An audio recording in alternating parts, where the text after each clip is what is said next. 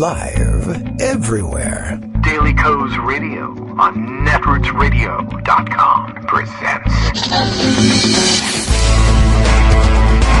David Walton, Kagro in the Morning Show.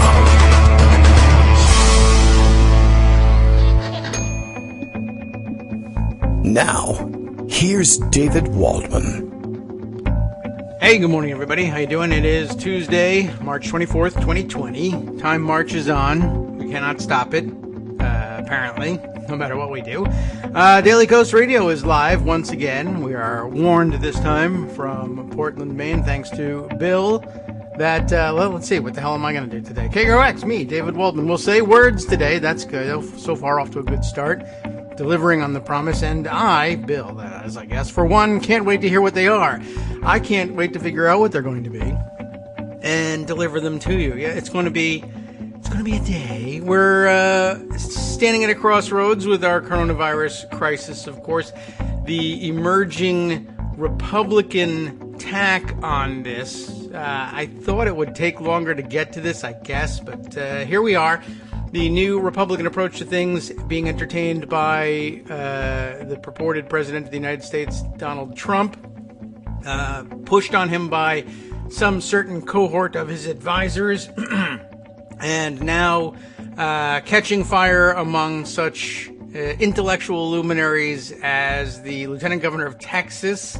And as it happens, Matthew Dowd, interestingly enough, not that I thought he was going to be immune to this for any reason. I just didn't really include him in the president's inner circle, but I guess I should have.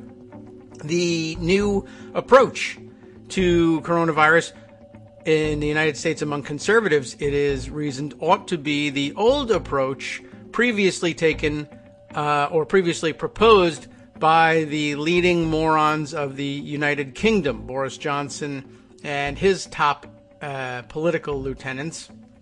What's that guy's name again? Dominic something or other. I can't even remember the guy's name. I don't live there.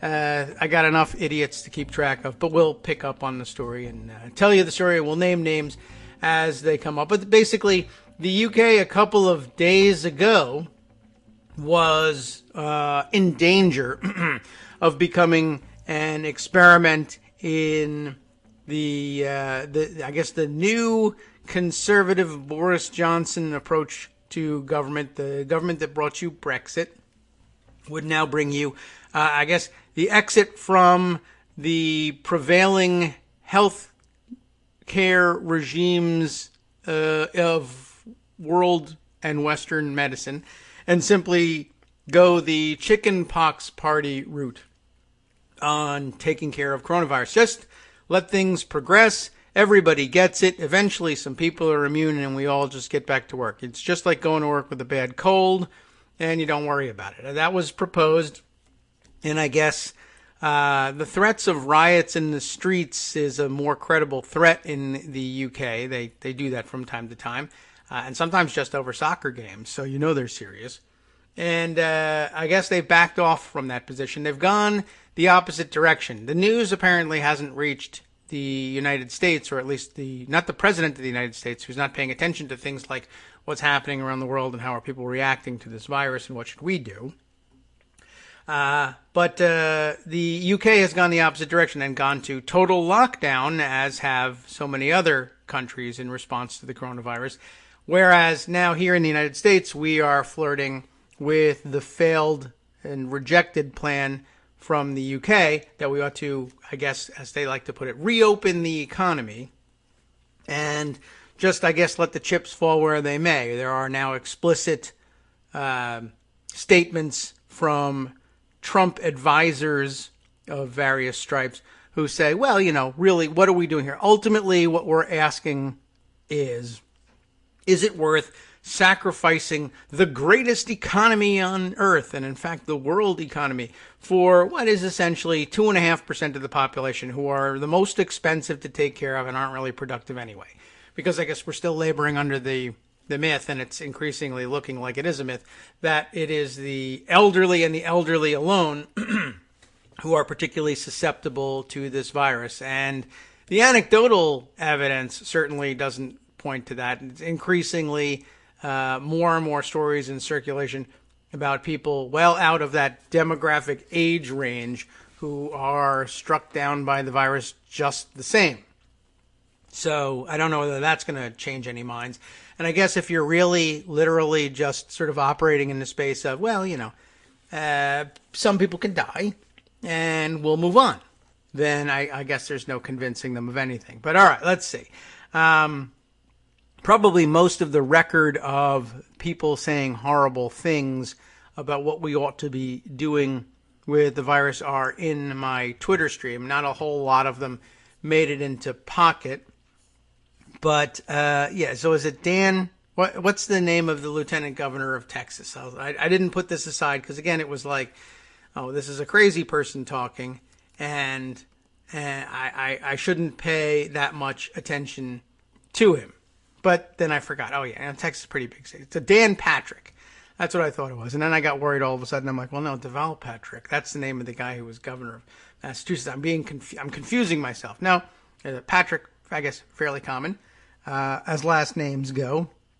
So let's see. Here we go. Dan Patrick, his thing, where shall we grab it from? Well, all right, first headline in the Google search is Dan Patrick saying essentially, how does he put it? The crisis is really, if you asked, this is the response to it. Basically, he's saying, look, get back to work. Those of us who are 70 plus will take care of ourselves, but don't sacrifice the country. Don't do that. Don't ruin this great American dream. And it's his contention that there are lots of grandparents out there, just like him, who would be willing to sacrifice themselves for their grandchildren, for the future of the country, etc. After all, most grandparents now are boomer age, no longer greatest generation age.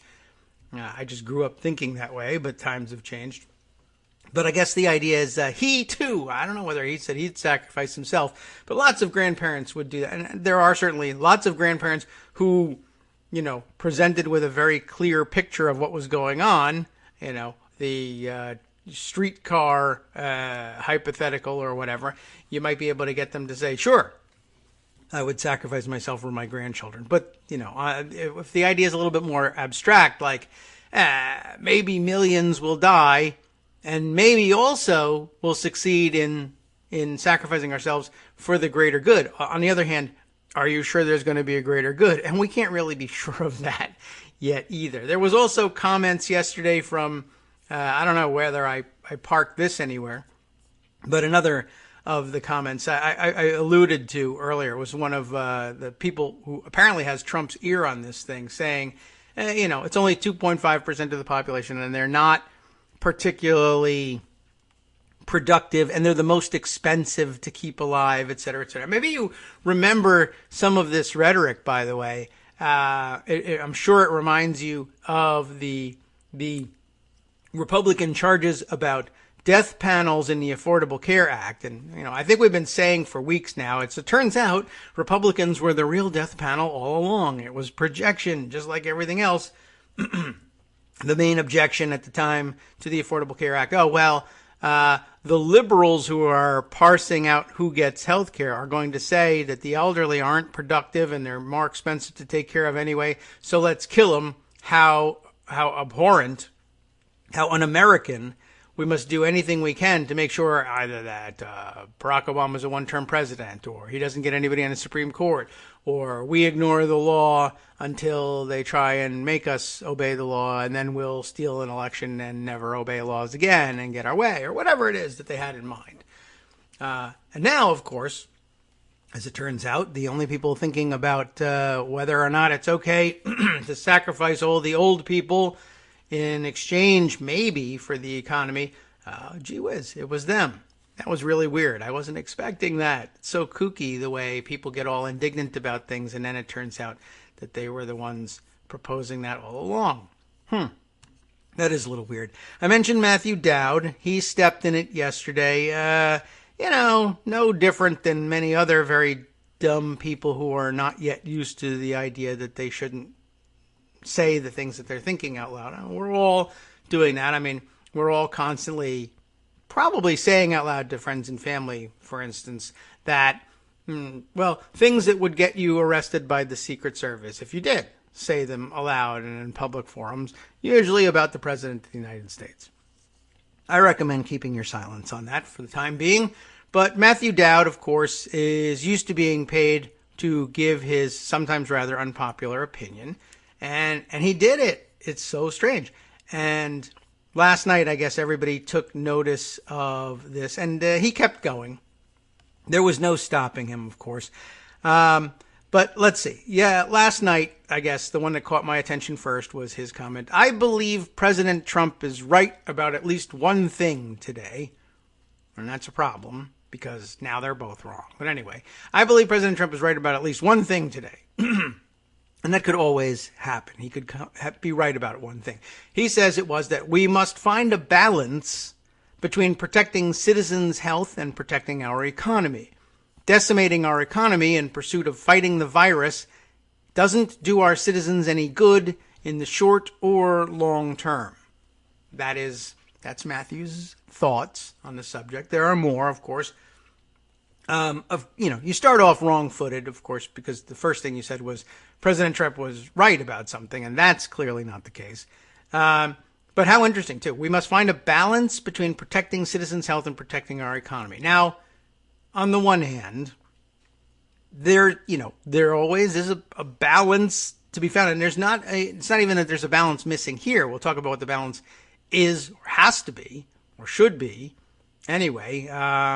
But it is interesting that Matthew Dowd immediately, essentially, both sides a virus, which, there's only so much you can get by way of concessions from a virus. So I don't know how much balance there's going to be. But interestingly, of course, just his instinct is we got to find balance between a virus and humanity. Well, what does that come out to on average? Like, I'd say a bed bug or something like that, on average. Well, why don't we just average out the two of them and just do whatever that average would be? I don't know what he's trying to say, but we got to find a balance. And it's true. You can't dismiss it entirely that we have to find a balance. It's just that in his view, a balance that's actually achievable it isn't achievable. But in his view, a balance that would be achievable is that we say some level of death is acceptable. And it is. People do die every day. This is the fallacy of the argument. Well, lots of people die. They die from all sorts of things. We can't prevent everything. And he does almost immediately break down into what about car accidents that gun enthusiasts usually go to? But there needs to be a balance. The problem is that, they don't understand where the balance point has to be struck. There's, again, as finding a compromise between my position and the position of a virus. If you're going to strike a balance and find an average, a common ground between me and a virus, those are two extremes in terms of the existence of the two.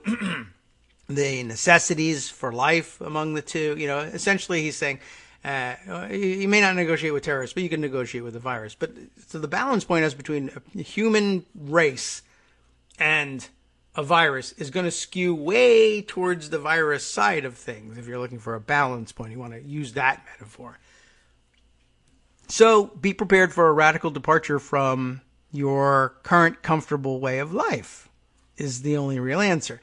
The balance between the two is going to have to be finding a way to fight the virus with every tool at our disposal and everything we can come up with, and fight to try to find a vaccine and treatments and mitigation measures, etc.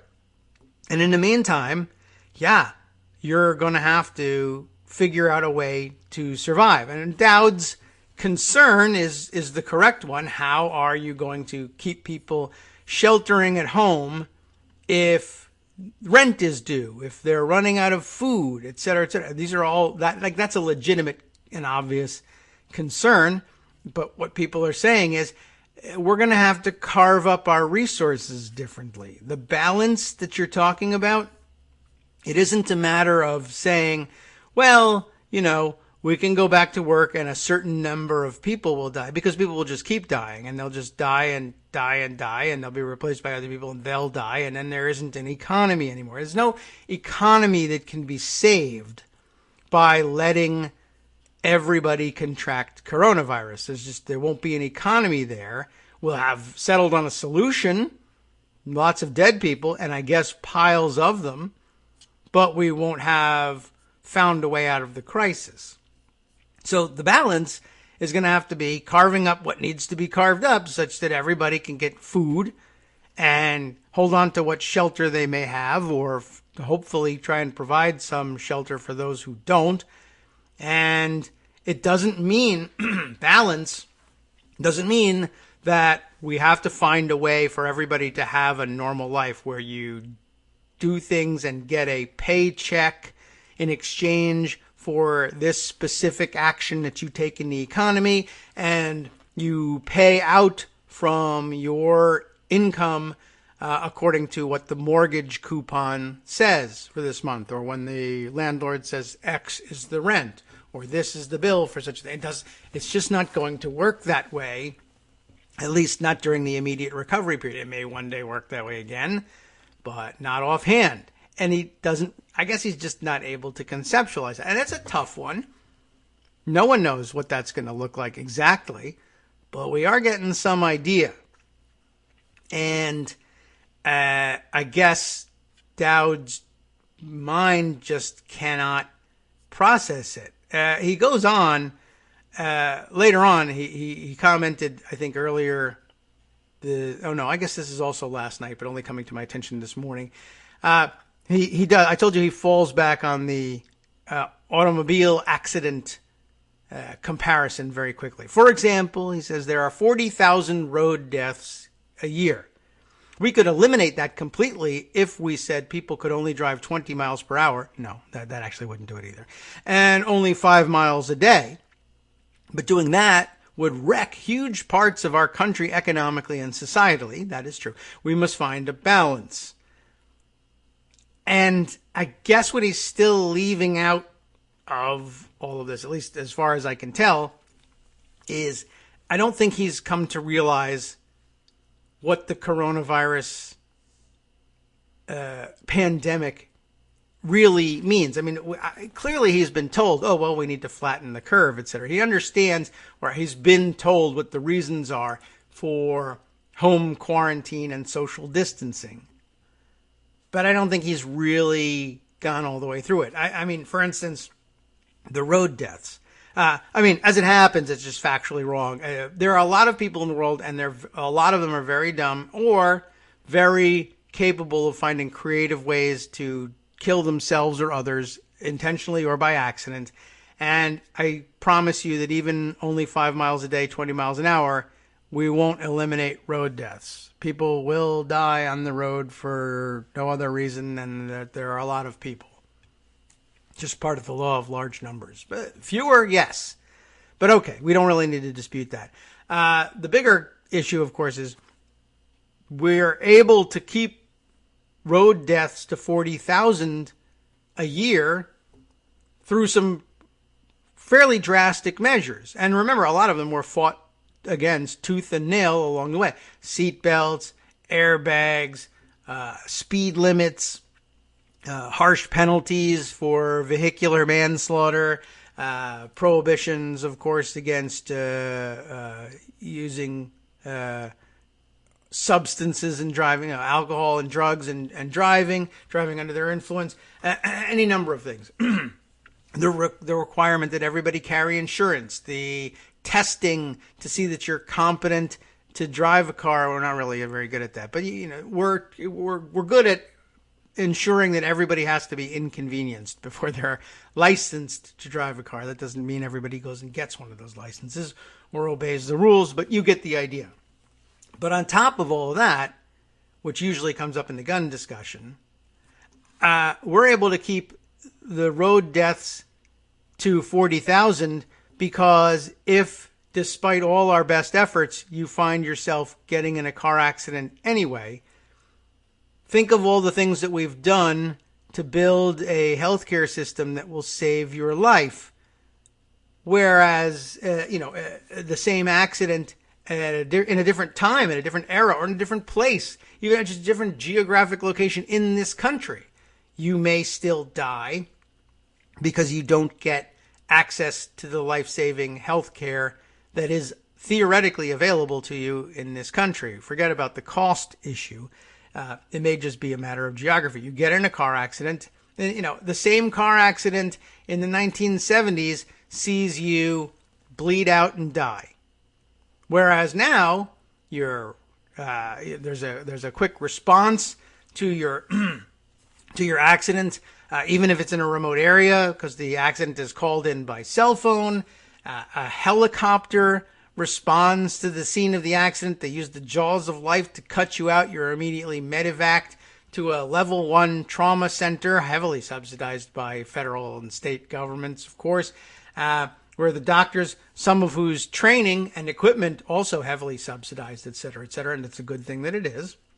And they can save you if they get a hold of you in the, during the golden hour for your spinal injury or brain injury, and they're able to save your life and save some quality of life, and sometimes restore you to full quality of life because of the amazing medicines that and treatments that are available to them.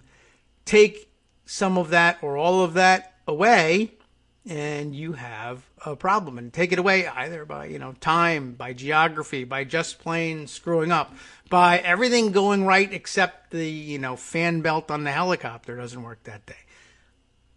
But substitute all of those happenstances for now we don't have room for you in a hospital. There aren't any hospital beds available for you. There's no blood available to transfuse to save your life. There's no ventilators available to keep you alive while doctors find a way to save your life or your limbs. There aren't any, there's nobody to fly the helicopter. Everybody's sick, whatever. If you don't have hospital beds available to you, those 40,000 road deaths are 80,000 immediately, maybe more. And that doesn't even get to cancer deaths, gun violence deaths, drug overdose deaths, you name it. Falling off a ladder, yes, satisfy the gun nuts, fork stabbings, whatever it is.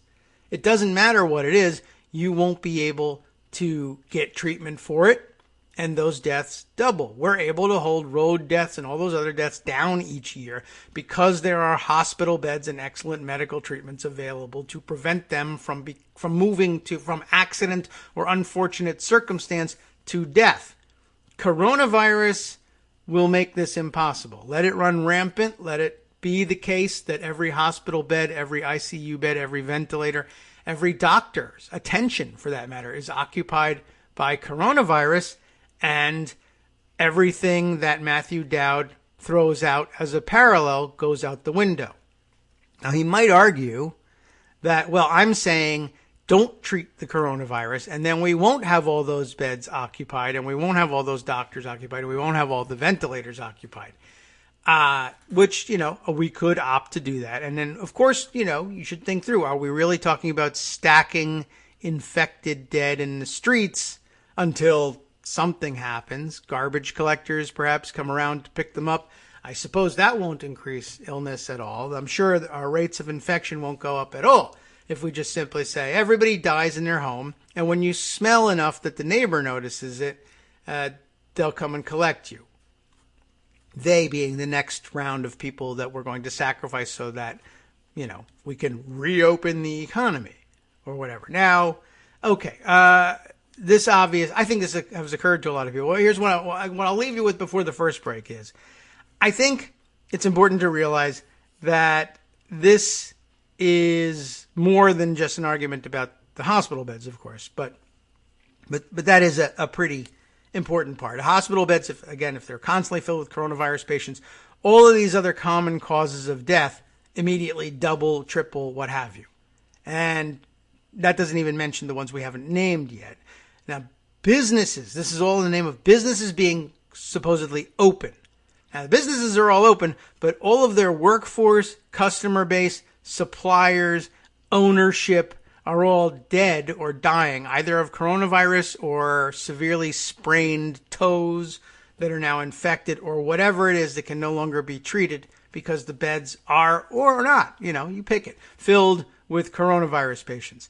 But the important thing I wanted to impress on you is that this is, I think, another way of saying that we're once again going to undo the Affordable Care Act. We're going to sentence those with pre-existing conditions to death. Now, back to the death panels. It's no longer the case that you'll be sentenced to death because of your pre-existing condition because we won't agree to cover with insurance. We won't agree to cover your treatment. It's covered. You just can't get it. It's all covered. It's just not available.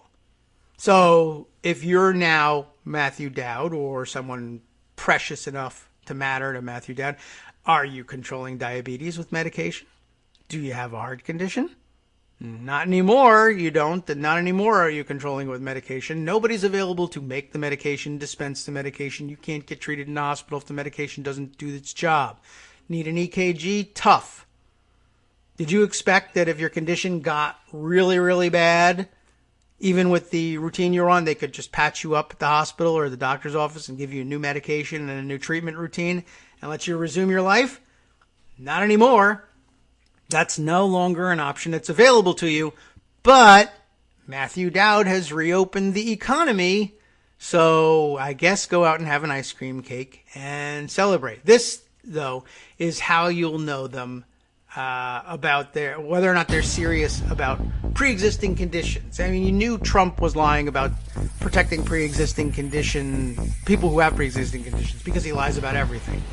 But if that wasn't enough evidence for you, or you wanted something more, this idea of reopening the economy is just the same thing. Everybody who has pre-existing conditions, which we now refer to as comorbidities when we're talking about it in the coronavirus context, you're all dead. Because, I don't know, I thought this might work. Hi everybody, it's me, David. Let's change things up from the old fundraising pitch for just a minute and talk instead about how you can be a part of our show. If you've got a smartphone or any other electronic recording device, why not sit down and record a segment for us? Read us an important article and give us your take. Or read one of your own original essays, or even just give us your commentary on something you'd like to share that's important to you. Then send the file to me at kagrox@gmail.com and I'll try and work it into the show. Short segments, a few minutes in length, are easiest to fit in. And of course, I can't always guarantee that I'll be able to play everything, but if you've ever shouted at your radio or TV about something you wish was being covered, here's your chance to change that. Make the show your own. Send your submissions to me at kagrox@gmail.com.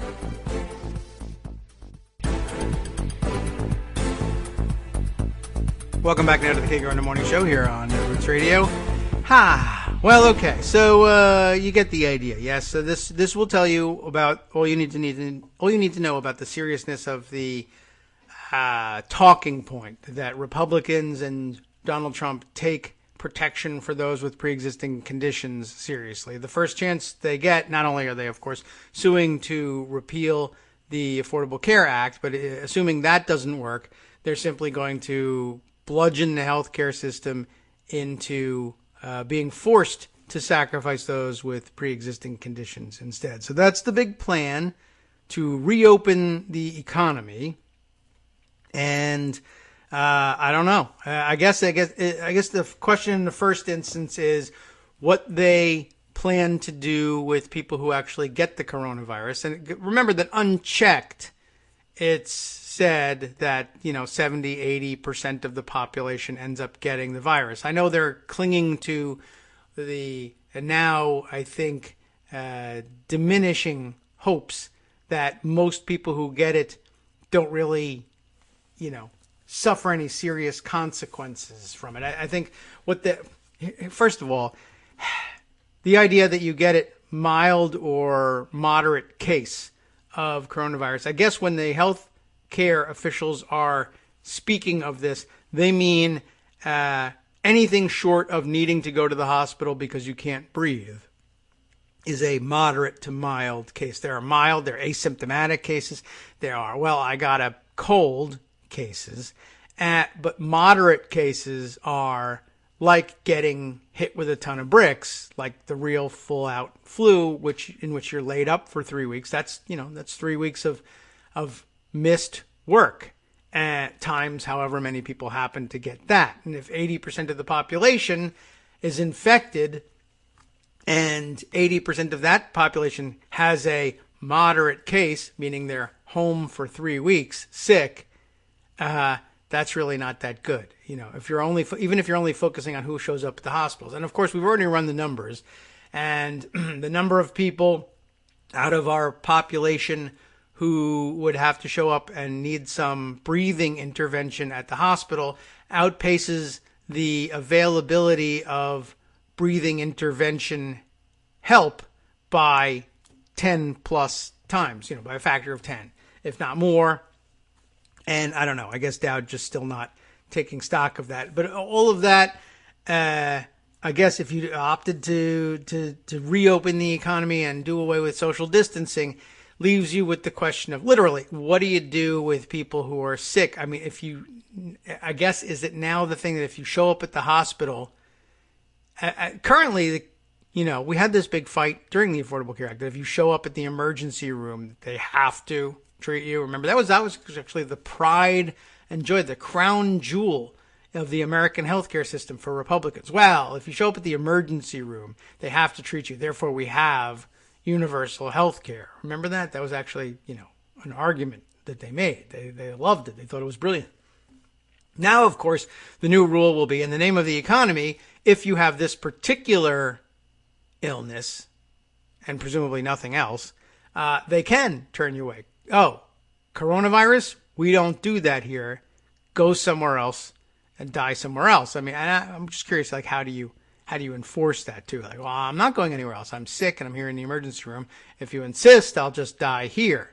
So now you have, I guess, cops having to arrest dying coronavirus patients and drag them somewhere. They don't necessarily have to go home, but you can't stay here, just like with the bars. Apparently, the bar rules are going to govern everything in the new world.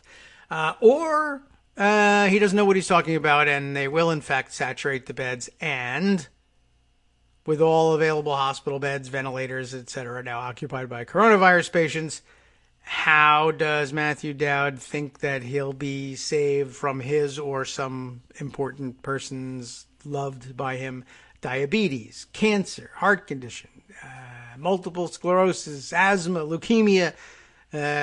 Let's not leave out the Appalachian working class. Black lung, how do we treat it?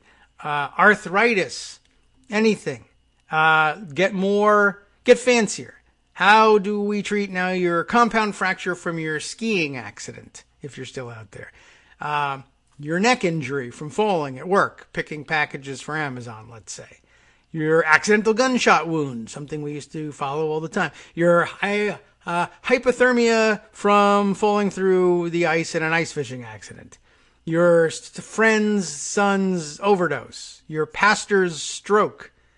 Some random street corner kid's necessary tonsillectomy. All of that goes out the window.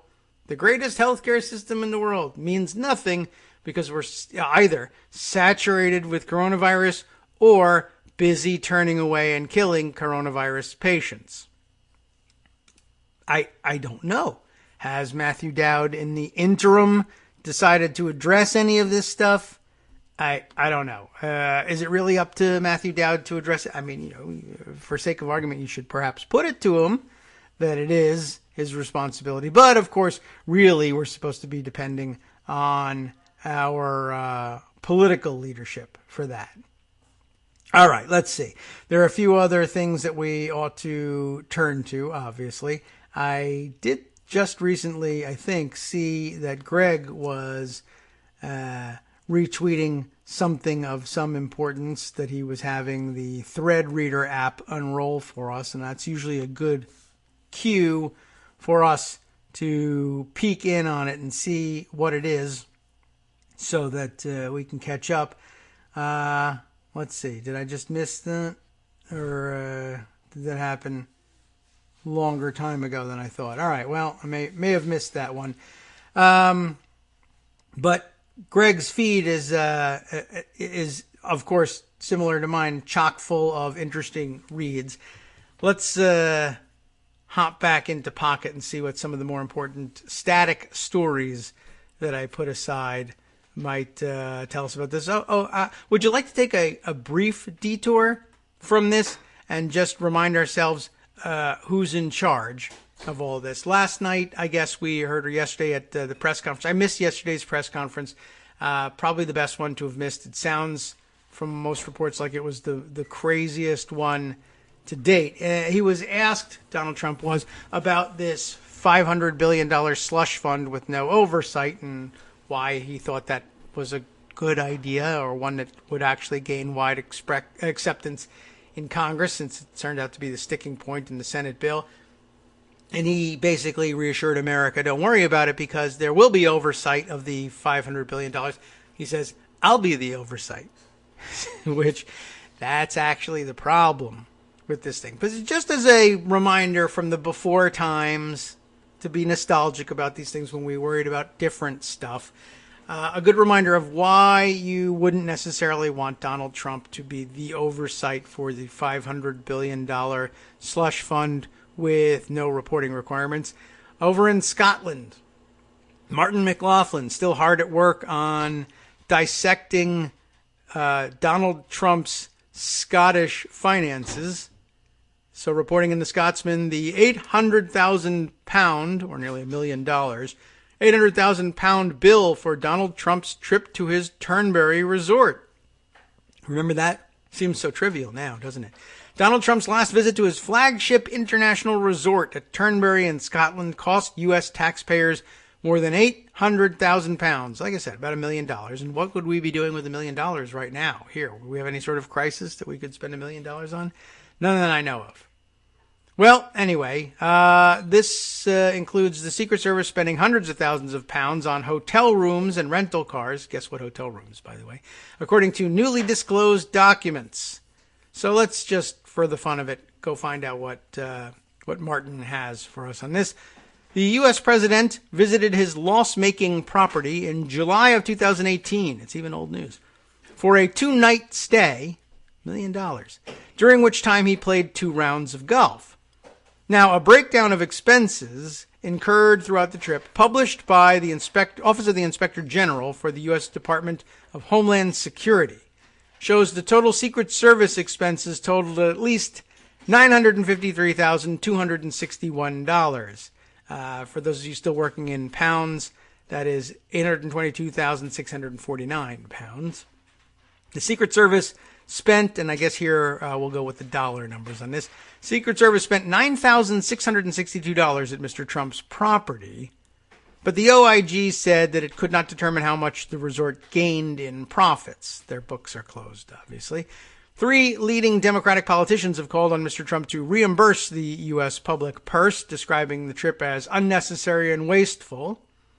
In its summary of the spending, the OIG stated that some $316,492 was spent on hotel rooms, $11,121 of which was for, for an explosive ordnance disposal team from the U.S. Defense Department, which I guess is something that has to travel with the president. There's a typo in here that confused me for just a moment. It said it was for an explosive ordnance disposal team. And I was like, is it the new workout, the explosive ordnance workout? But I guess not. The exploder. That's what we need. A further $466,424, to be precise, went on rental cars, with $63,744 spent on commercial airfares, although the OIG notes that due to system limitations, the Secret Service could not provide complete cost data in certain areas for the Turnberry mission in Scotland. So $1 million, but that's not all. We just don't know how much more. The partly redacted 12-page long report does not disclose the nightly hotel room rate the Secret Service paid at Mr. Trump's hotel, which he took over in 2014. So again, earlier we stated as like the rather small number. Secret Service spent $9,662 at Trump's property, but also $316,492 spent on hotel rooms, which were, of course, at Mr. Trump's property. Why it's stated differently, I'm not entirely sure. Maybe $9,000 for lunch and $316,000 for the hotel rooms. Again, all at Trump's property. So let's see. The 12-page report doesn't say what the room rate was. The OIG report states that the rates were less than the government's per diem lodging rate and the resort's seasonal rate for July 2018. I have a feeling that that is not true because the government's per diem lodging rate is about $180 a night. So it's a 2-night stay for which the hotel bill came to $316,000. I mean, I don't think so. Let me pull out the calculator here. I don't want to speak, off the cuff here without doing the numbers, but $316,492 for 2 nights, $158,246 per night at $180 per room. We're talking about 2 nights worth of booking 879 hotel rooms for the Secret Service. I don't think that's possible. I think somebody's misstating things in all of this. But, who am I? I'm just a guy with a calculator, and maybe numbers are different in my house than everywhere else in the world. Anything's possible, right? Fake news. However, the breakdown of spending shows extensive spending elsewhere. It includes $4,048 to rent 19 golf carts at Turnberry, with Mr. Trump's company receiving $923. I don't know what the rest of it is for, but okay. Maybe only some of the carts were rented from Turnberry and the rest, I don't know. I'm not certain what that's supposed to mean. The amount spent on meals and incidental expenses is redacted for some reason. In a statement, Carolyn Maloney, the chair of the House Committee on Oversight and Reform in the U.S. House of Representatives, along with Senators Tom Carper and Elizabeth Warren, said American taxpayers should not be on the hook for President Trump's golf weekend to a property he owns as a private businessman. That's all true, but there's nothing we're going to be able to do about it. They can't impeach him. And I guess you can't indict him either, blah, blah, blah. I think we should, by the way, indict a sitting president. Let's try it. Coronavirus. Anything goes now. The president has consistently abused the levers of government to promote his own personal enrichment, and we are calling on him today to reimburse the American people for the more than $1 million price tag for this unnecessary and wasteful trip. This is their money, not his, and he should return it to them immediately. Accounts published last year showed that Turnberry ran up losses of more than £10.7 million in 2018, meaning that since Mr. Trump took over the historic venue, it has lost nearly £43 million. Congratulations, that's a tremendous weight loss. The accounts also show that the resort remains more reliant than ever on Mr. Trump for its finances. It owes the 73-year-old £115 million. How do you like that? Money that he provided in the form of interest-free loans. Last year, the U.S. House Oversight and Reform Committee launched an investigation into U.S. military spending at the Scottish government-owned Glasgow Prestwick Airport and its ties with Mr. Trump's South Ayrshire Hotel and golf course. Remember that story? I certainly do. Perhaps you do as well. Okay, so all that just by way of reminding you, in case you needed a reminder, why isn't it a good idea to allow Trump the personal oversight of $500 billion with no reporting requirements whatsoever? Have you got it now? Does that make sense to you? That's good. Okay, I'm glad you're with me on that. All right, let's see. We can skip around a little bit more. It reminded me of about 16 other stories that we probably want to touch on. Let's see. I'll just quickly mention this one. Japan's Prime Minister and the International Olympic Committee agreeing now to delay the 2020 Tokyo Olympics by 1 year, making them the 2021 Tokyo Olympics. So that's some sad news, but really what else were you going to do? I don't know. I did read last night, by the way, that I guess another one of those anecdotal stories about coronavirus striking outside of the elderly demographic. I can't remember the guy's name now, but a gold medal winning Olympic swimmer from South Africa who had contracted the virus and didn't die from it, thankfully, but described a fairly significant bout with serious illness. And he said this is for, so I think the Olympic swimmers are in pretty good shape, and their lung capacity is pretty good too. Got pretty strong lungs, pretty healthy in general, and it can put you in the hospital for a couple of weeks regardless. But, I'm sure, let's say, Matthew Dowd could probably beat this guy in a swimming race, so he's probably got very little to worry about. All right. Here's something else that I have some questions about, like maybe. I did see something yesterday by way of a fact check on another of Trump's claims. Let me see if I can't pull it up. But the claim this time was that, and I think I have the pictures of it here. Yahoo News tweeting yesterday, Trump saying that GM and Ford, and he said some other car makers possibly, GM and Ford are making ventilators right now. There's been a lot of criticism about Trump's unwillingness to invoke some emergency powers to order repurposing and retooling of manufacturing plants to emergency health and medical equipment. But he has said in one of his press conferences, GM and Ford are making ventilators right now.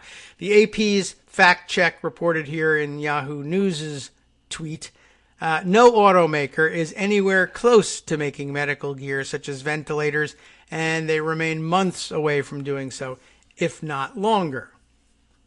That seemed pretty much like what you would expect, and it seemed like, hey, it's another episode of How to Read a Trump Comment. Once again, just talking out of his ass. However, I also have this to point out, and I have no more reason to believe this ordinarily, except that the players are different. This also reported by Yahoo, in the Yahoo Finance section, which I guess is being aggregated from Bloomberg in this case. So really, Bloomberg reporting that and the AP doing the fact check. It's just interesting that Yahoo was the aggregator in both instances here. A headline saying something different, slightly different. California governor, who I guess we're supposed to trust, versus Trump. California governor says Elon Musk, who has a car company, delivered 1,000 ventilators. Delivered 1,000 ventilators. He said he's been on Twitter toying with the idea and saying that he, very quickly could, do that if there's a need. And of course, everybody was saying there's a need.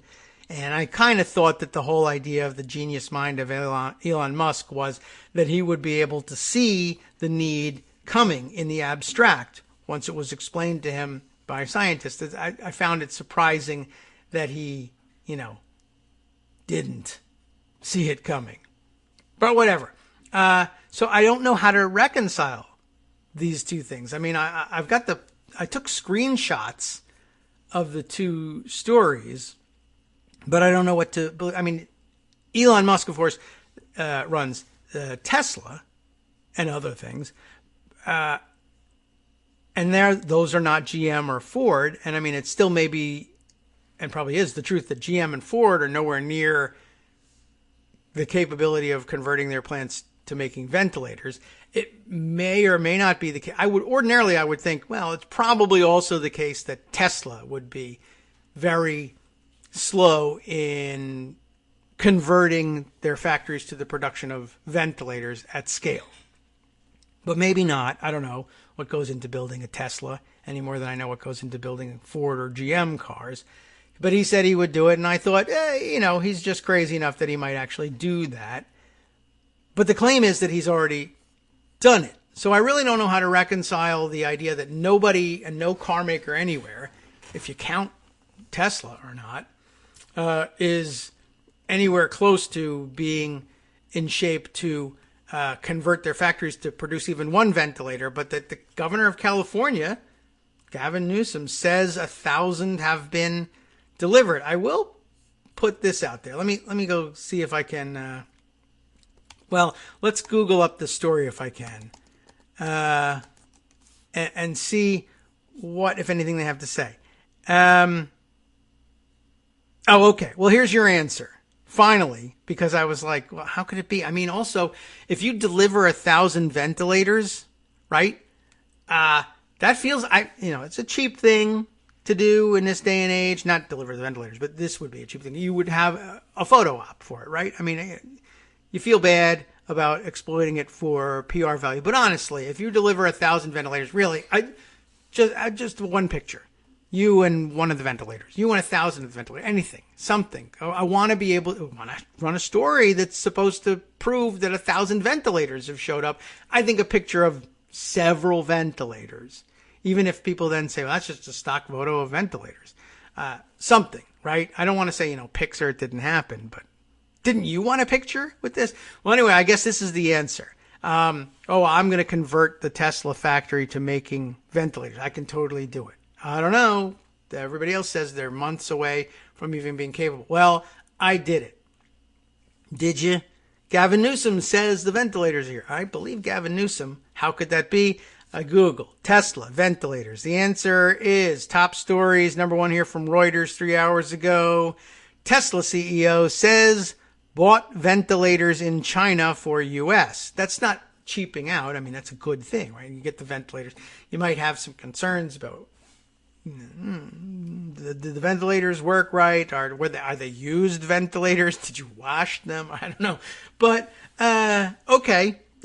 Look, ventilators. Supposedly they work. That's a good thing. What do we have here? Assemblyman Ryan calls for Tesla to make ventilators in Buffalo. That's a nice thought. That in 49 minutes ago for WKBW, I guess a New York Assemblyman.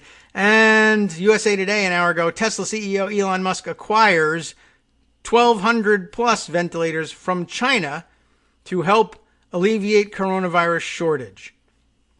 Okay, so it's a good thing, but it's not. I converted the Tesla factory to emergency production of ventilators, and I'm fine with, if that's going to take a long time, it's going to take a long time. That's cool. Don't worry about it. Worry about it. I don't discredit, you don't get the credit because I thought you were going to make them. But okay, at least they got cleared up. I would have thought maybe they would want to clear that up yesterday since we were staring at two contradictory stories, and it would be kind of important. Can we make ventilators? Tesla and SpaceX CEO Elon Musk has acquired a trove of ventilators from China and shipped them to the U.S. for distribution to hospitals in need during the coronavirus. Aces. Love it, right? Musk said on Twitter that China had an oversupply. I wonder how that happened. So we bought 1,255 FDA-approved, excellent, ResMed, Philips, and Medtronic ventilators on Friday night and air-shipped them to L.A. If you want a free ventilator installed, please let us know, he added. Rich people, please don't let the hospitals have them. Many U.S. hospitals are desperate for more ventilators amid a shortage. You know why. Gavin Newsom confirmed to reporters on Monday Musk had secured the medical equipment, which may be different from delivering it, but okay. Anything else we want to see from this one? Okay, at least we got our question answered. And I guess my next question is, when are we going to get on a plane and go over to South Korea and get some of these testing booths that can perform tests in 7 minutes? This fantastic thing I have seen tweeted around, I think, is world-beating technology. And as I was saying last night, in a dark moment, I foolishly believed that we lived in a country where if we discovered that another capitalist democracy somewhere, which would give us, some hope of having access to the technology, as opposed to having it hidden from us or, kept from us for some reason, if they developed a reliable test that could be performed in 7 minutes and was safer and was fairly mobile and I guess according to the report increased their ability to administer tests tenfold and doesn't take up a great deal of space even. It's a phone booth sized thing and one person at a time, and you can sterilize it in between. 7-minute cycles to get people tested. I believed, prior to this crisis, that this was the kind of country. I'm sure there were even people who believed that Donald Trump was the kind of person who would say, I order you to get on a plane and go over there and acquire one of these things Pay them $1 billion, whatever they need. Get one over here and let's start building them here in the United States. I thought Mr. I Alone Can Fix It thought of himself as the kind of person who would do that. And I guess I'm still a little bit shocked that the Koreans have been showing us videos of this stuff on Twitter. And we're like, well, you know, whatever. Maybe we'll get around to doing something about it. We have one that's 45 minutes. Is that good? 7 seems better. Anyway, there's an awful lot of other things out there. I guess I'll note for the record that Donald Trump's hyping of some of the weirder and still unproven drugs, some of which were for the treatment apparently of things as varied as lupus and malaria, his hyping of the anecdotal still data on the possibility that drug cocktails, including, what the hell is this thing? Chloroquine phosphate is an effective treatment / preventative. He's promised everything under the sun about coronavirus. And apparently, as it turns out, this chloroquine phosphate is an ingredient in a treatment, in an additive for cleaning fish tanks. And okay, you know, I remember having goldfish and that there was stuff like that helped, you know, when they got ick or whatever, or stopped algae growth in a fish tank. And so apparently this chemical is involved in it. And I guess at some point, somewhere along the line, some crazy Trump-believing people decided, well, it's in this, so we can just drink this fish tank additive, which to me is like automatically disqualifying right off the bat. Anyway, these two people, that's what they did. Husband died. Wife is in critical care in the hospital now. She now says she doesn't believe anything Trump says anymore. That seems kind of extreme, don't you think? Welcome back now to the Kagro in the Morning Show here on Networks Radio. I have a note here via Twitter from Linda Chapman, who says that GM is helping Ventec scale up their ventilator production, and that seems like a good thing. And maybe that, I guess, once again, there's usually a kernel of truth somewhere in whatever exaggeration comes out of Donald Trump's mouth. But it's always worth trying to find out what that kernel of truth is. Forbes magazine here reporting General Motors helping ventilator maker boost production during coronavirus crisis. And it may very well be the case that portions of a automobile plant could be more quickly converted to making parts, perhaps, that would help a actual ventilator manufacturer turn out completed units faster. That may be what's going on here. General Motors Corporation Chairman and CEO Mary Barra is making good on her offer to use the company's resources to help produce much-needed ventilators for treating COVID-19 patients. In a joint statement Friday night, GM and Ventec Life Systems, cooperating with StopTheSpread.org, the private sector response to COVID-19, said they are collaborating to boost production of Ventec ventilators. How so? Does it actually say? Now, first some happy talk about exploring ways to help in this time of crisis. According to the joint statement, the Bothell, Washington-based Ventec will leverage GM's logistics, purchasing, and manufacturing expertise to build additional ventilators. Did that tell you anything? I'm going to leverage it too. I'm going to make unicorns. Well, I guess they know what they're doing. Maybe. By tapping their expertise, GM is enabling us to get more ventilators to more hospitals much faster. This partnership will help save lives. Says, yes, right, Chris Keipel, right?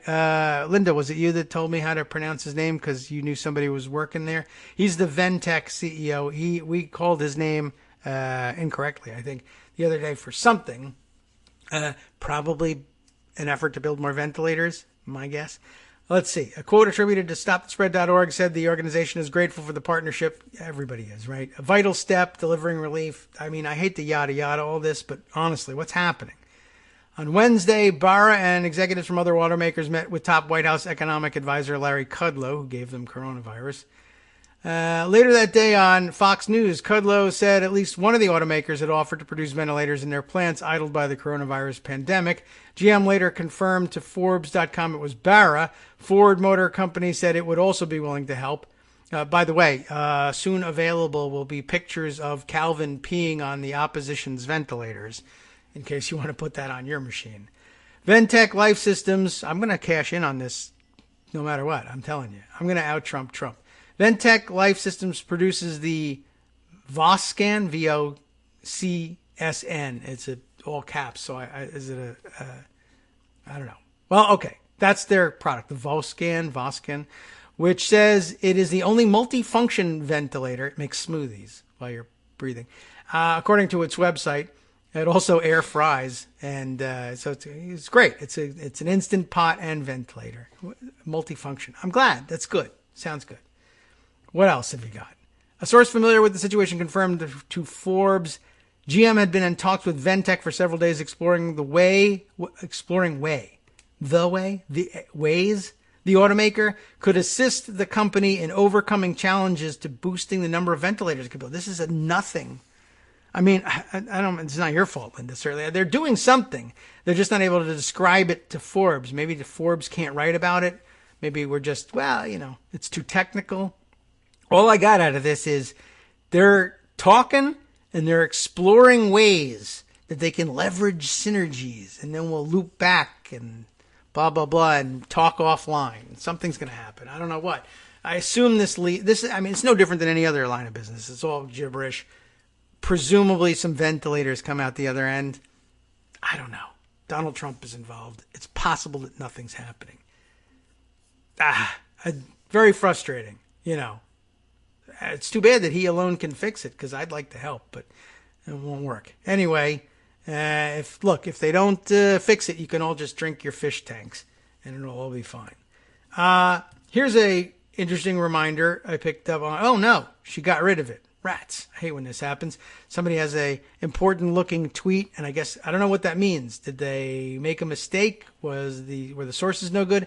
Empty Wheel had tweeted out 2 stories to read in conjunction, and I didn't book the stories because I had them both in this tweet. But apparently, let's see, one was questioning whether or not a 14-day quarantine was enough.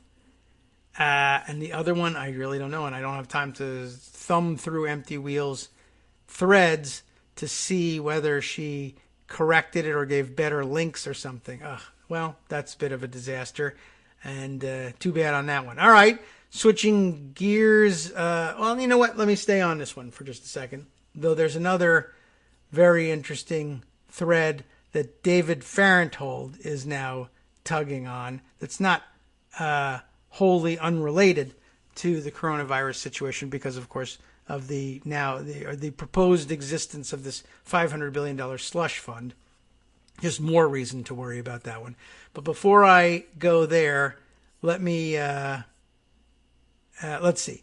There's more about people writing more about Rand Paul. Once again, I want to express my thoughts on this. Rand Paul's neighbor did nothing wrong and should probably replace him in the Senate. But just about everything that Rand Paul did with his situation is wrong, and more than that, abhorrent. He was a moral monster in his handling of his situation. Interesting, there was some question about why he actually got a test, given that he was asymptomatic.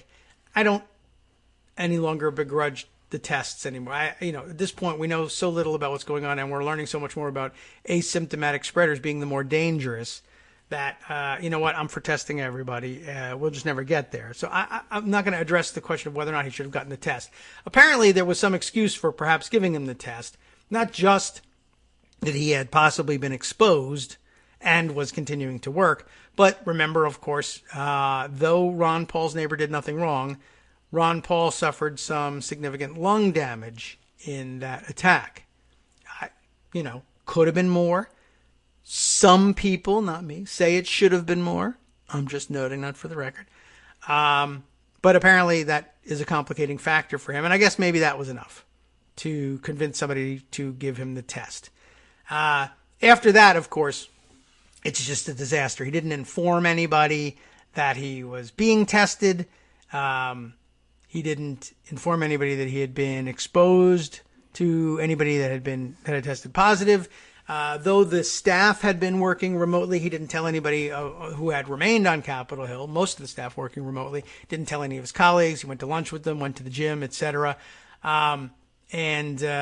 Everything that he did was absolutely wrong, and it's beginning to be reflected among the Republicans in the Senate. I think they're pissed at him. And there's some very interesting reporting on that. We could turn to that, but I think you've probably read about this. How about this one, though, which you may not have read about? And because Greg's not here today, we'll talk about Connecticut while he's not here to defend it. And I don't know if he would have been able to defend this one, but maybe there was no way of anybody knowing. New York Times has an interesting piece called Party Zero, how a soiree in Connecticut, and they're all soirees in Connecticut, became a super spreader. Long story short, right here in the subheader, about 50 people gathered this month, early on in the month when we didn't know this was a bad thing, I think. About 50 people gathered this month for a party in the upscale suburb of Westport, then scattered across the region and the world, taking the coronavirus with them. I don't know how it got in there, but maybe, I'm guessing, skiing in the Alps is my just off-the-cuff guess. Elizabeth Williamson and Kristen Hussey, is that right? How unfortunate. Hussey, but people don't know what that means anymore anyway. So, okay, and maybe it's being pronounced wrong by me.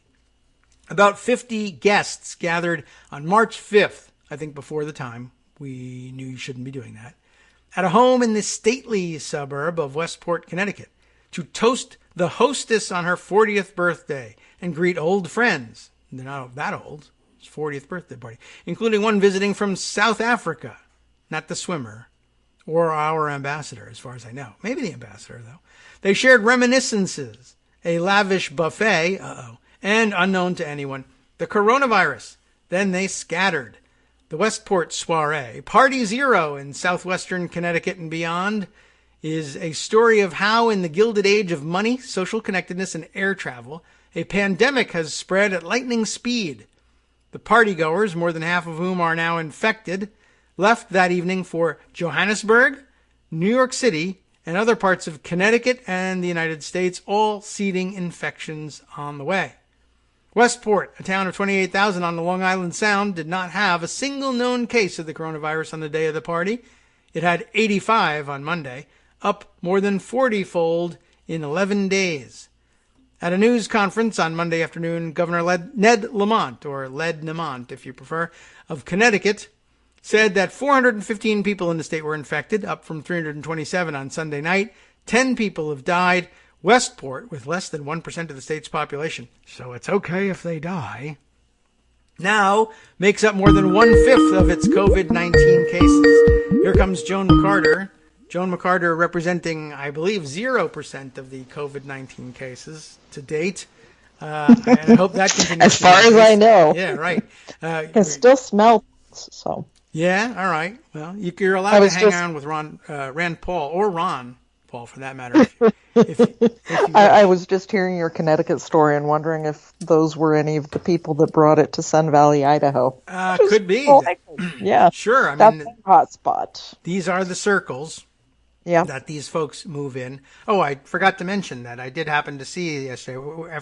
We didn't talk much about Rand Paul today. We did most of that yesterday, but I forgot to mention that I did see that someone had collected Ron Paul's COVID-19 is a hoax story that was published about 6 days before his son was diagnosed. And I thought that made probably about the same time Rand Paul was getting his test. Yeah, right. And infecting everybody at the gym, which is the only gym open in Washington, D.C. for unknown reasons. So unknown reasons. Yeah. Anyway, let's see. I'm not sure how much longer this story goes on, but it just gives you an idea of, who's spreading this thing that you might not have necessarily thought of. And I don't fault these people per se. This is March 5th. I don't think that we knew yet on March 5th about the asymptomatic spread. And I'm sure, rich people, they don't think they have diseases. That's for poor people coming from Mexico. Yeah, I think it's more the second part than the first part. Because I think in South Korea and China and various other places, they probably had a pretty good idea about asymptomatic spread, didn't they?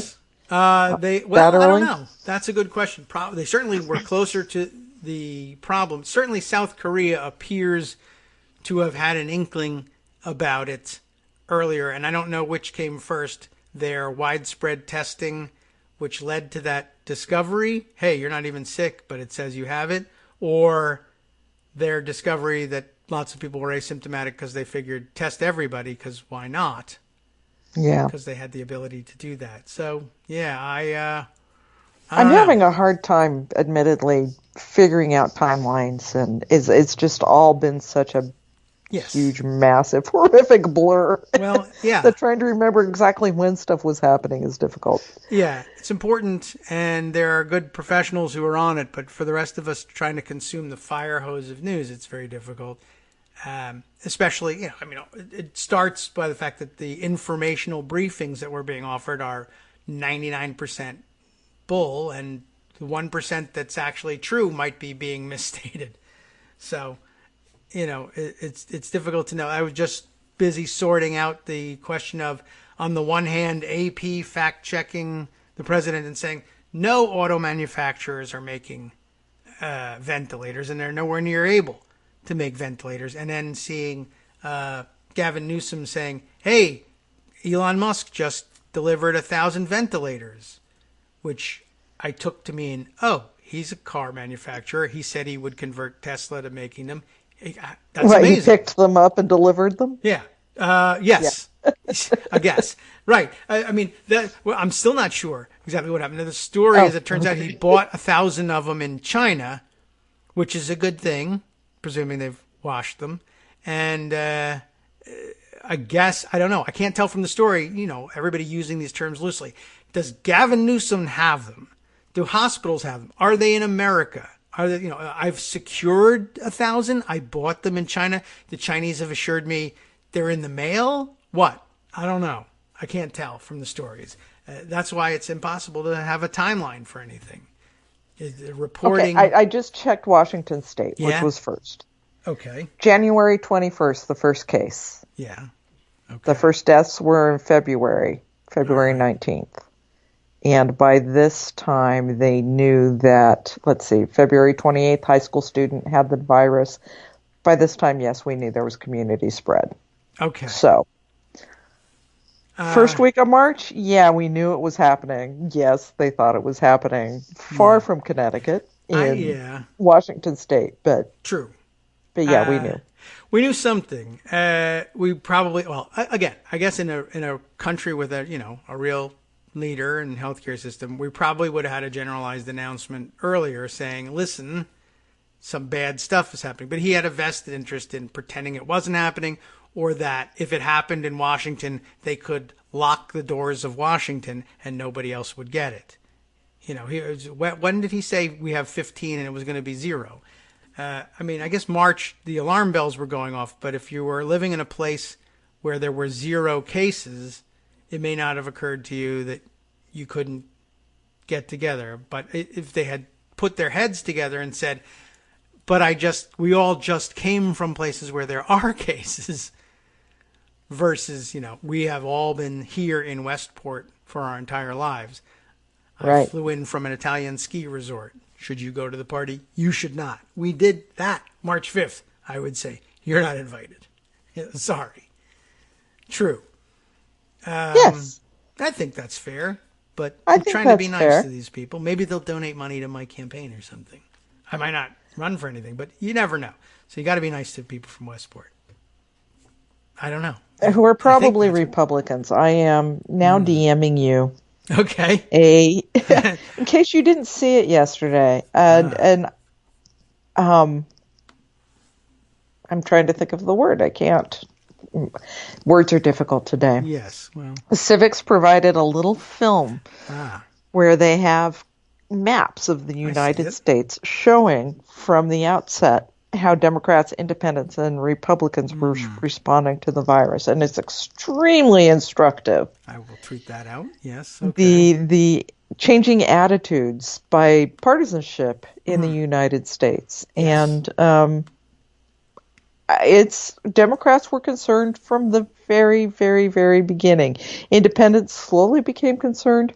Even now, as we speak, according to civics polling, there's like 7 states in which Republicans are somewhat concerned.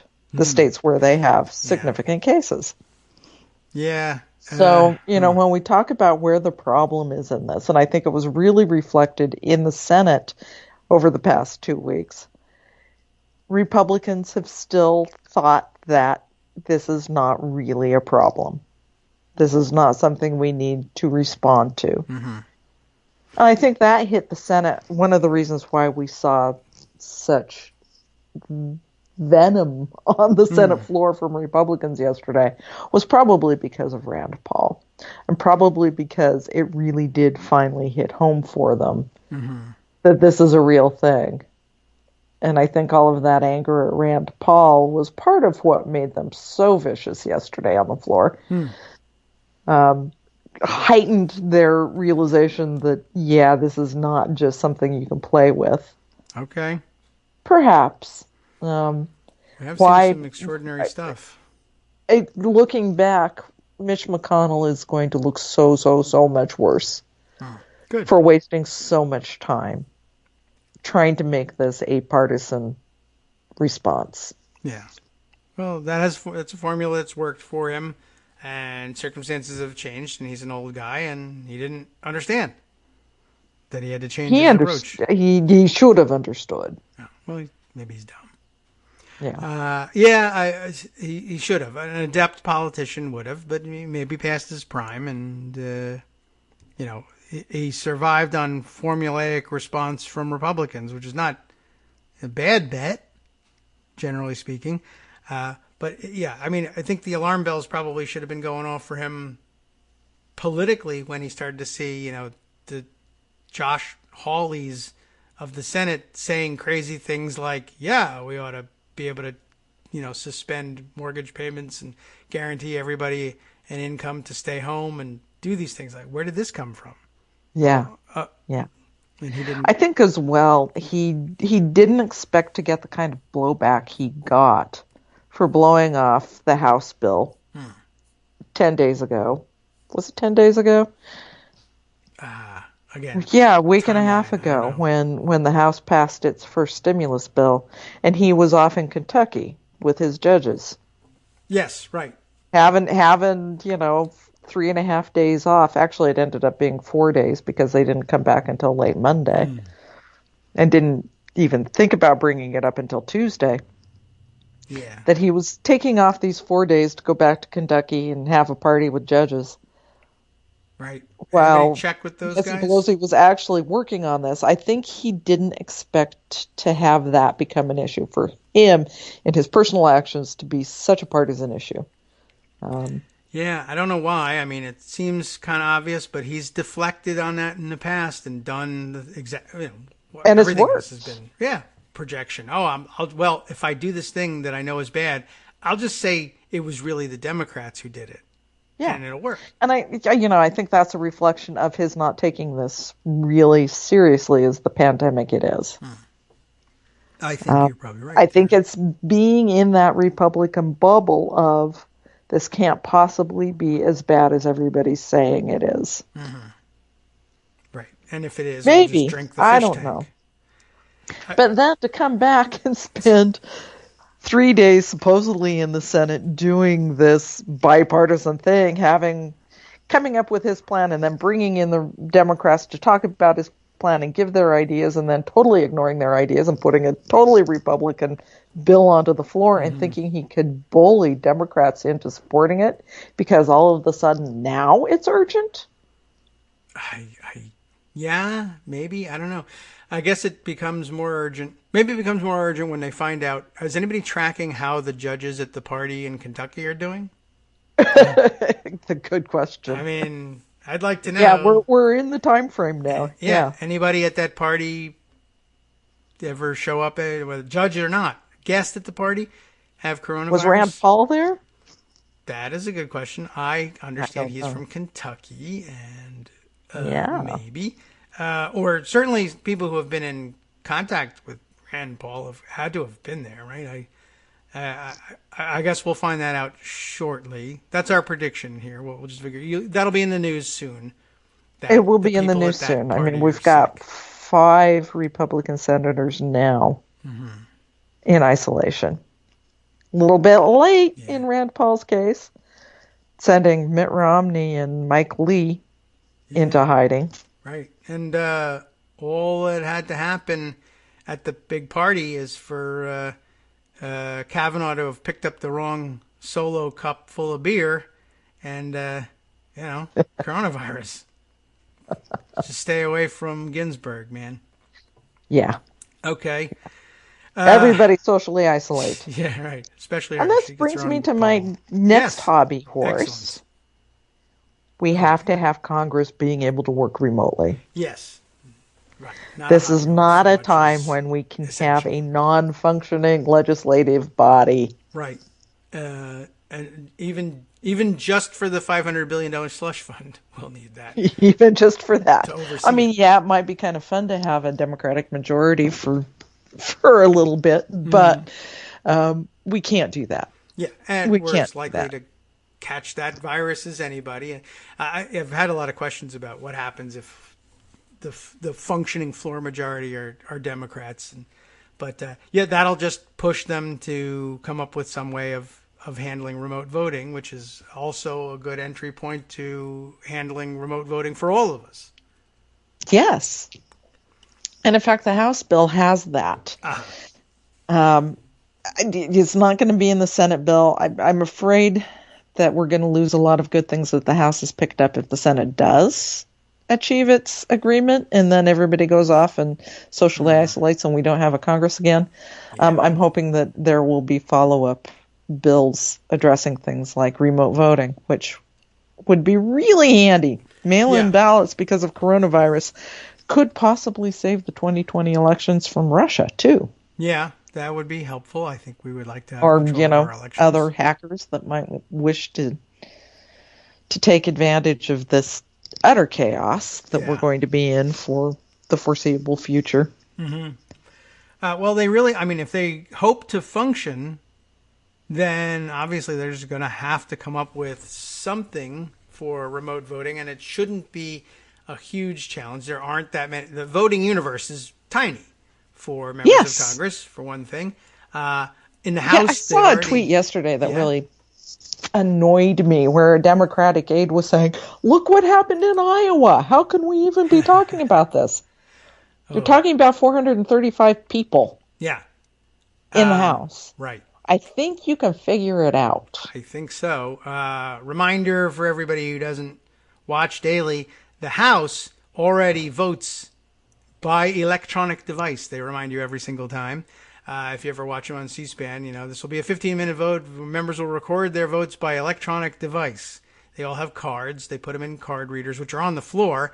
But what happens if you pick up those card readers and move them somewhere else? Well, as long as they're connected by either wires for electricity and sending their signals, or perhaps Wi-Fi or some other secure unwired communications, you can vote by electronic device from anywhere, and it only works if you have an officially issued card and members get one, and that's all there is to it. And it shouldn't be hard to adapt that. On the Senate side, there's only 100 of them, so This is not hard. And even, they could do it like C-SPAN. They could have Republican and Democratic lines for people to call. I guess what it means is that, yes, they cannot act like grade school children, and they have to actually pay attention to what's going on, not vote with the herd, know what vote is happening and how they're going to vote. A lot of times it's just they wander in, look at the tallies, and plug in their card to vote with their team. Right. They'll have to maybe pay a little bit more attention to what actually is happening and what's being voted on. Right. But if they save this solely for emergency coronavirus kinds of votes, Stop doing the post offices, stop doing the positioning bills, stop doing the stuff that really is never going to happen. Yeah. And just focus on coronavirus. It can work. Yeah, there's really no reason why it shouldn't. And yeah, you're right. I mean, a lot of times they don't know what they're voting on, and you can literally go in and see, what's my friend doing? Okay. Yeah. And you're probably safe. That's just the reality of things. But okay, so this time, just like all of us, you're going to have to concentrate if you're working from home. Hi, it's me, David Waldman, your host for Kagro in the Morning, and I've learned that I either need to update these announcements more often or stop saying that the announcements are brand new. What's not new is that this message, too, is a call for your support in keeping the Kagro in the Morning show on the air. My thanks go out to all of you who do support the show through your donations. The stats say that Kagro in the Morning fans download our program about 2,000 times each weekday, but our donors make up only about 8% of our daily listeners. Patreon.com, Patreon.com, makes it simple to make easy, secure, recurring monthly contributions to support our show. Patreon.com/KagroX gets you straight to our donation page. If we're helping keep you sane during the Trump era, consider what that's worth. $1 a day? 50 cents? One thin dime? We do about 20 shows a month, so pick a number, do the math, and head to Patreon.com/KagroX to let us know. Thanks again, everyone, for all your support.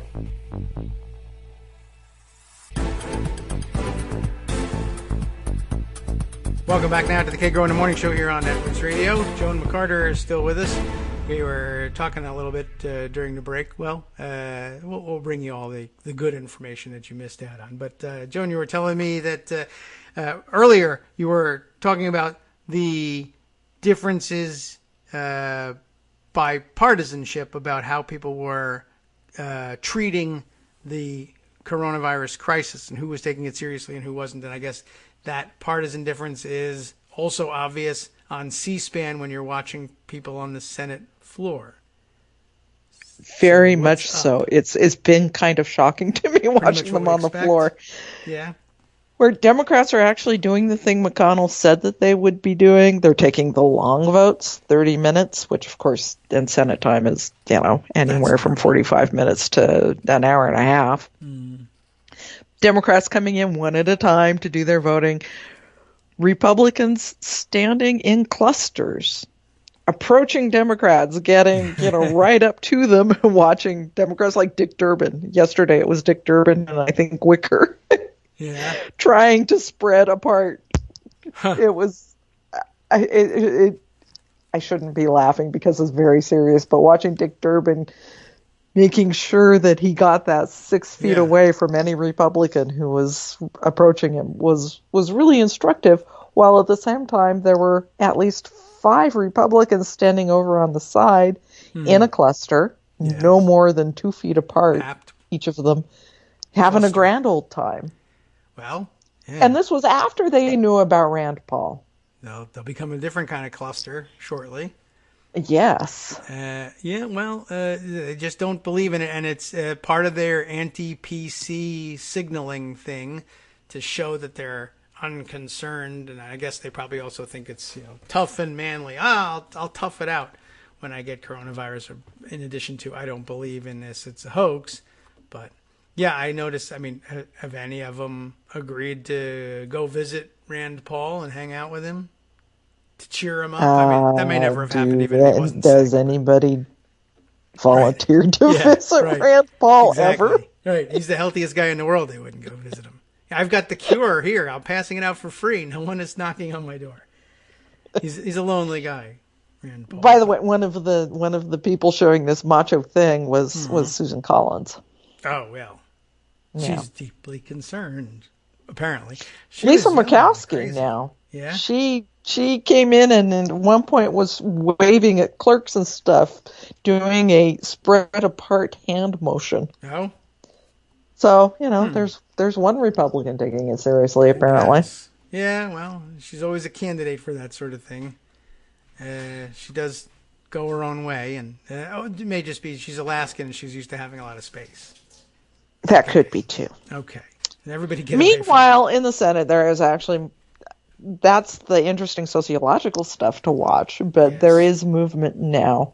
While Mitch McConnell was having his hissy fit on the floor yesterday, Schumer was still having discussions with Stephen Mnuchin, Treasury Secretary, on how they could fix this bill, how they could come together on it. And at this point, we have Manu Raju tweeting that both sides now claim victory, a sign that the deal is imminent. Oh. So Pelosi is liking it, apparently. McConnell says we're close. Schumer and Mnuchin have both said they've made serious progress. So perhaps by the end of the day, we could have something. Jeffrey Stein of the Washington Post says Democrats are sounding upbeat that they want important concessions on oversight in that $500 billion slush fund. So that's an important thing. We haven't seen any bill text yet, but it looks as though oversight is going to happen, and it won't be by Donald Trump. Okay, that's good. Yes, we heard him yesterday claiming he was going to provide the oversight, which means he would figure out how to divvy up $500 billion between his properties. Yeah, they just steal it. I don't know why people don't think he wouldn't do that. People voted for him. So. They apparently, and this is just from reporting from the Times and the Post, I haven't seen any actual language, have agreed that, the one-time payment of $1,200 is on, but it's for everybody. Okay. None of this phase-in for low-income people, where, some of them might get as little as $600 if they get anything. Yeah, well, so everybody the $1,200, every child the $500. That would be helpful. Plus, it would be helpful, but easier. More important than that are the kinds of things that they're talking about for expanding community health centers, expanding Medicaid payments, opening up Medicaid for more people, opening up the Affordable Care Act markets for everybody. So, there's a lot that they're talking about doing in terms of trying to get health care out there. What I saw that they're doing on UI benefits, unemployment benefits, is 100% of salary paid and a 4-month extension available. That was a sticking point. Democrats were making sure previously that included gig workers, self-employed people, contractors, part-time people, so we have to make sure that is still in there. But it looks as though they've got an agreement here. Money for states and localities, which the Republicans hadn't included, remarkably. I don't know yet if they've addressed the Susan Collins, Marco Rubio thing that popped up yesterday, where they would not extend any small business loans to nonprofits. Oh. If those nonprofits received Medicaid, which was devastating to the various community groups that help people who have Medicaid, whether it's rape crisis centers or people helping with disabled people, home health aides, physical therapy aides, any of those groups organized as nonprofits to provide community assistance to the disabled weren't going to be eligible for these small business loans, including Planned Parenthood. So that was one of the provisions that Rubio and Collins had gotten into the Republican bill. I don't know if that's been pulled out. Okay. Wow. There was a lot of really awful stuff in this bill, including the fact that Stephen Mnuchin could sit there dealing out $500 billion however he saw fit, including to the cruise industry, which none of the cruise lines are actually flagged in the United States. Yes. That's so that annoying. They don't have to pay U.S. taxes. They don't have to abide by any environmental or labor laws of the United States. Right. And they were going to get a bailout? Yeah, I don't really know why that would happen. I mean, don't they have money? Trump wanted it to happen, and I don't know why Trump cares so much about cruise lines, but he does. Yeah, I don't really know. I thought he would maybe want them to go bankrupt and he could buy their boats as yachts. Just cheap. But I don't know. Maybe he owns stock in them. Maybe he just has a lot of friends who love cruises. Mar-a-Lago set might really like cruises. I think that that's probably pretty likely. I guess that could be it. But I mean, yeah. I mean, as far as do they not have bailout money for you in the Bahamas and Panama and Cayman, wherever you're flagged? Go ask them. Go ask them. Right? Go get it there and start paying some taxes. I guess so. If you're paying to them, then those are the ones who are going to bail you out. But okay, well, whoever hands out money, I guess they'll get in line to get it. So, all right, we'll be bailing out foreign companies now too. Apparently. Okay, well, perhaps we can Hopefully put a not. stop to Hopefully not. Hopefully, Senate Democrats can get that pulled out. But I guess if they can get the kind of help that they're trying to get for actual people, the question we can claw back the money from the cruise lines when we've got a Democratic majority. Yeah, and maybe we may Democratic have to do things president. like that way. I mean, but it's true. There's a lot of action that could be taken afterwards to try to correct things. I mean, you want to get it right in the first instance, but I'm surprised about the number of or the amount of time that's been wasted trying to hash things out where, for instance, the idea of paying everybody, making payments to all individuals. And, well, what about, you're giving money to millionaires and billionaires. You don't want that. No, I don't. We'll tax that back from them. We have an arrangement with our people in this country whereby most of us are obligated at some point to balance our accounts with the government. And how it's balanced is up to you guys. And if you guys decide to give everybody $2,000 checks and then you realize you gave them to billionaires, take it back in the next round of taxation. Yeah. That's all. Speaking of which, one of the things that was supposed to be in the restrictions on the bailout funds, on the slush fund, was no stock buybacks. So I don't know if that's in there, but I would assume it is. I hope so. Well, if Schumer's made a really, really big deal out of that, so we need to see that in there. Mm-hmm. And we still have Nancy Pelosi on the sidelines with a House bill that is really great from what I've seen of it. Yeah. Requiring companies that are getting this money to pay a minimum $15 wage to their workers and a large variety of things like that. Unemployment insurance for everybody. Yes. I think it may have had continuing payments rather than one time to individuals. I'm not positive on that one. I need to double check, but I think that was in there. So, we've got Nancy Pelosi on the sidelines with this really aggressive bill if this one doesn't gel. So that's major incentive for Republicans to come together, and it's major incentive for Schumer to make this bill as good as he can. I'm hoping they do. I'm hoping that we don't have such a rush to get it done that some of these things are overlooked. Yes. I'll keep reporting on it at Daily Kos as I see what's happening with it. So all I can say is stay tuned and be ready to make phone calls to your senators. Right, which you can do at a distance, so that's fine. Do people have people answering the phones? I assume that there's at least voicemail and somebody checking. I hope. But, in their offices, senators will notice if the phones are ringing constantly. There's got to be something going on. Yeah, all right. Well, that's the only way we can register opposition. We'll have to take it at this point. By the way, here's some fun breaking news because it makes so much scientific sense. Liberty University, right here in Virginia, will reopen this week because Jerry Falwell is their president, and he says God will, I guess probably take care of everything. I don't know exactly what they're depending on, but because those PC libs want colleges closed, Liberty University will open. I'm not sure how that's going to work out, given that they are in Virginia. The Virginia governor has ordered everybody closed. It's a private institution, of course. Now I guess we'll see some of the first tests of who wins in the Commonwealth of Virginia versus privately owned Liberty University.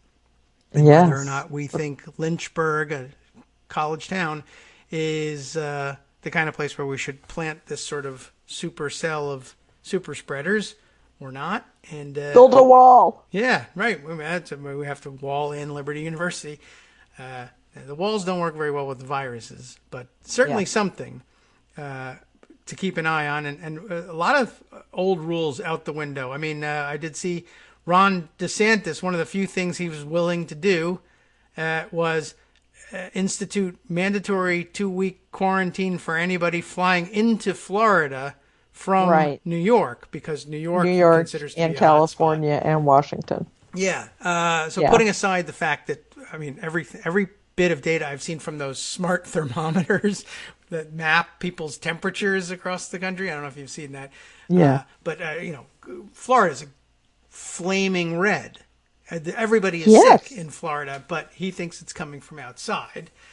And but the idea that governors... Who knows where all of those little brats on the beach during spring break flew off to afterward. Yeah, I mean, well, your basement, probably, because their college is closed.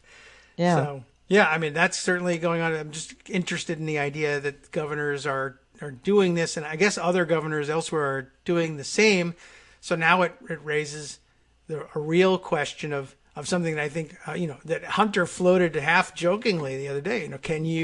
Can blue states where they're taking it seriously ban travel to and from their state by people coming from red states where they don't? And I guess in one form, somebody, Ron DeSantis, he may be wrong, thinks you can. Is testing it, yeah. So maybe we'll find out. And maybe Liberty University is the kind of place that we're just going to have to, wall in, and whatever they can grow on campus, you're welcome to eat. And otherwise, good luck to you. See how it goes. They only have a couple more weeks left before they will send their infected kids back to home all over Virginia and the country and kill the rest of us. And then, he can go on TV and Falwell and raise money off of it somehow, probably. Speaking of Falwell, did you see the Hobby Lobby news? I saw that they were in the news, and I knew it was something abhorrent because it was them. They're forcing their people to continue working. Ah, okay. Because the owner's wife had a message from God that they would all be okay. Was it a cure, this message? Or just don't worry about it? Just assurance that they'll all be okay. Okay. Well, it could be spoofing. I don't know if they know about that. I don't know what her cell phone said, but it might not be him. So, yeah, if you weren't already boycotting Hobby Lobby. Right. Was it a male voice? Of course. Right. Aha, you may be wrong there. But okay, well, message from God from Hobby Lobby. So Hobby Lobby will be in, and for all your hobby needs, I guess, you can go there. Well, here's the problem. All of the people trying to make masks for healthcare workers in their homes. What if your only choice is Hobby Lobby? That's bad. Yeah. Maybe that's what the message was about. Look at all these home crafters who are trying to do something productive and providing masks. I guess. Right. Which, by the way, is a good project. Yes, it is. It may seem silly, but medical personnel are using them. What they do is they have their N5 mask and they put a cloth one over it to give it more life, to extend its usability. And then if they have 5 or 10 cloth masks, they can change them in between patients, keeping on their good one. Yeah. And launder the cloth ones. So yes, this isn't just something to keep you busy. I saw somebody tweeting yesterday, all you white ladies should be not sewing up your masks, but actually making phone calls to your senator. You can do both. You're going to be on hold for some time, probably, if there are people in the office answering the phone calls. Sew during the hold, or how many senators have you got? 2. You make your phone calls and then sew some masks. The masks actually are being useful, and they're using them with patients as well. Yeah. Well, I've seen a lot of that, and a lot of people chipping in with their sewing skills. And in fact, we've got people on Daily Kos organizing this. So excellent. Follow the Fat Lady Sings at Daily Kos. She's having some great posts about this, and our sewing crew. And if you want to get tapped into that, look for sewing at Daily Kos. Okay. Let me put a note down about that one, so we'll go grab that up. People are going to have a lot of time on their hands, and you make yourself a couple, and when you get good at it, then hand them out. I guess you can make the donations to the local hospitals. Still haven't straightened out the mask thing on a national scale. I still see stories of N5 masks showing up for sale like at Target the other day. And then when somebody found out about it and publicized it, Target said, we're donating them all. I'm going to give them all to the hospital. So, okay. Good. Can I just say that it is absolutely insane that we've got home sewers trying to make masks because hospitals can't get them. Yeah. This is the United States and we don't have masks. Right. Facebook had all the masks, as it turns out. Somehow. Yeah, Apple had some too. Yeah, although I did hear an explanation that made sense was that they had stockpiled them during the California wildfires where there was a real threat of particulate irritating lungs. And so, okay, I'd stockpile some masks, I guess, if I was sitting on billions of dollars and people said we were going to start choking on smoke and then probably forget about them because you're worried about being sued for invading everybody's privacy or collapsing Western democracy, whatever might be on your plate, let's say, and then say, oh, by the way, I just remembered, we do have a bunch of masks. We should get rid of those or hand them out to hospitals. We should help people with them. Right. Yeah. So, unfortunately, the fire season has started in British Columbia. Oh, so they'll need masks. Yeah. At some point. All right. Well, that's bad. Yeah. It seems early. I don't know what Scary. fire season usually I'm is. sorry. I'm bringing bad news. Oh, it's not, you're not the only one. They have earthquakes going on. Locusts in Africa. If you just want to take a tour of disasters around the world. Earthquakes. Yeah, right. Water turning to blood. Slaying of the firstborn. I haven't seen that one yet. Frogs falling from the sky.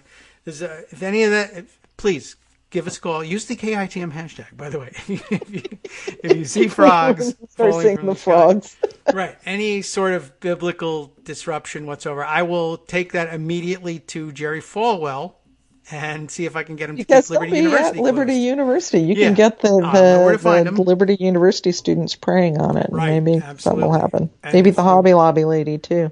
If they wall them all in, remember at Liberty University, make your wall transparent so that you can see whether we're trying to fool you by throwing frogs over the wall. Because if it's opaque, you'll never know whether it's us or God, and you're just going to have to, Wonder if you could prank Liberty University. Right. Where'd all these frogs and locusts social come from? distance at the same time. Sure. Absolutely. I'm just envisioning all these people 6 feet apart lobbing frogs at Liberty Universities. It could work. And it might even be students doing it, trying to get home. Let students go kind of a thing. It'll be interesting to see how many students do decide to show up. Yeah, right. I guess they're supposed to trust in God and in his representation on earth, the president of my university, I guess. And how many of their parents are going to say, It's interesting because their political position would be you absolutely should go, and they might even believe, the whole point of your being at this university is that God will save you. And then, so I guess I would put it pointedly to those parents, in the wake of this plague, the locusts, the earthquakes, which is not one of the plagues, but if we can doctor up a few more of them and document some evidence, I will say I'm not trying to hint at anything. I just want to ask you parents, how many of you are sending your firstborn back to Liberty University? It is the time when we think about that this year. So I just want to know, and does anybody need any matzah? I've got that. I can help you out. You can call me. You've got the matzah? I'm hoarding the matzah like hand sanitizer, I believe. at the critical moment, people will need unleavened bread for their evacuations, and I'm going to make a killing. I don't know. I wonder. This is supposed to work at Liberty University, but I wonder.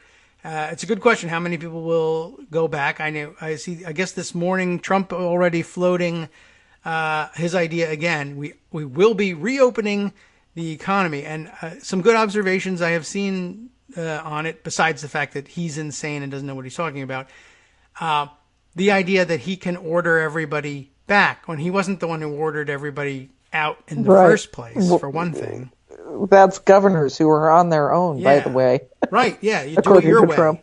Yeah. I mean, even Liz Cheney was tweeting about how ridiculous that is this morning.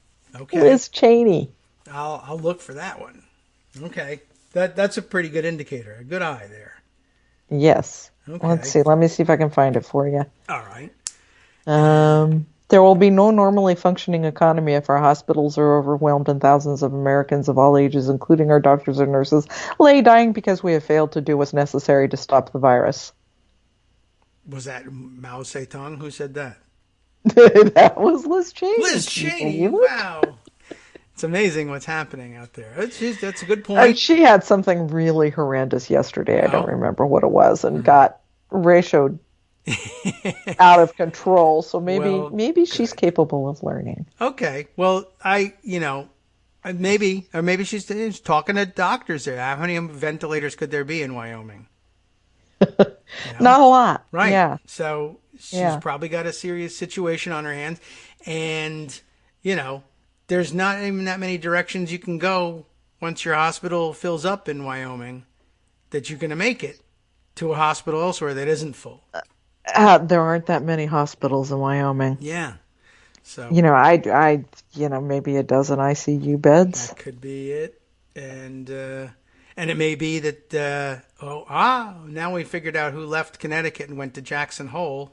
Right. That's the connection. Right. Now we're on to something. You were right. Good Jackson instinct. Hole, Sun Valley, Vail, all of these mountain communities. In fact, we had one poor Stanley, Idaho, which has, 64 residents or something, but is in the middle of the River of No Return wilderness area, and it's just a great little town.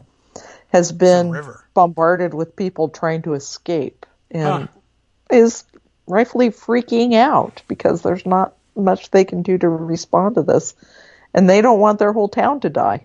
Yeah, well, build a wall. So this is the other thing. Don't try to escape to someplace remote and wonderful, because if you get sick there, you're definitely going to die because you can't get to a hospital. Yeah, that's a problem. That's the and you don't want to kill all of those people. You want to have this place to be able to go back to. That would be because you're going to survive. Yeah. Because you're going to be, where there's medical treatment, hopefully. Yeah, if we can maintain it and if we sew enough masks, I guess it can happen. All right. Well, it's a bleak outlook, and hopefully all the people. We've all been very well practiced in the last couple of weeks, ignoring the president in terms of listening to his advice, except for the people who are drinking their fish tanks. Don't do that. Yeah. And if you have some time, you might, write a letter or an email or make a phone call to all of the network heads and tell them to stop airing President Trump's press conferences live. Unless you are Howard Kurtz. Too. Right. Howard Kurtz, though, believes that you are attacking the First Amendment when you do that. So be sure to apologize to the First Amendment somewhere in your letter. I'm not really sure why that bothers how the First Amendment applies in this situation at all. I mean, I get it, but it's a pretty abstract application, and we are not government. Right. Saying that's you true. Really shouldn't do this. Right. We're actually limiting the communications of the government. That's interesting. So we did do things backwards on that one, but it's a fallback for them, and so I think he's wrong there. Plus, of course, this is about as close to fire in a crowded theater as you can get. Yeah. Drink your fish tanks in the middle of a crowded theater. I still have not seen him apologize for that one, but so let's see. One less probable Trump voter and one who survived who said she won't listen to him anymore. So we need 79,000 more of those across 3 states.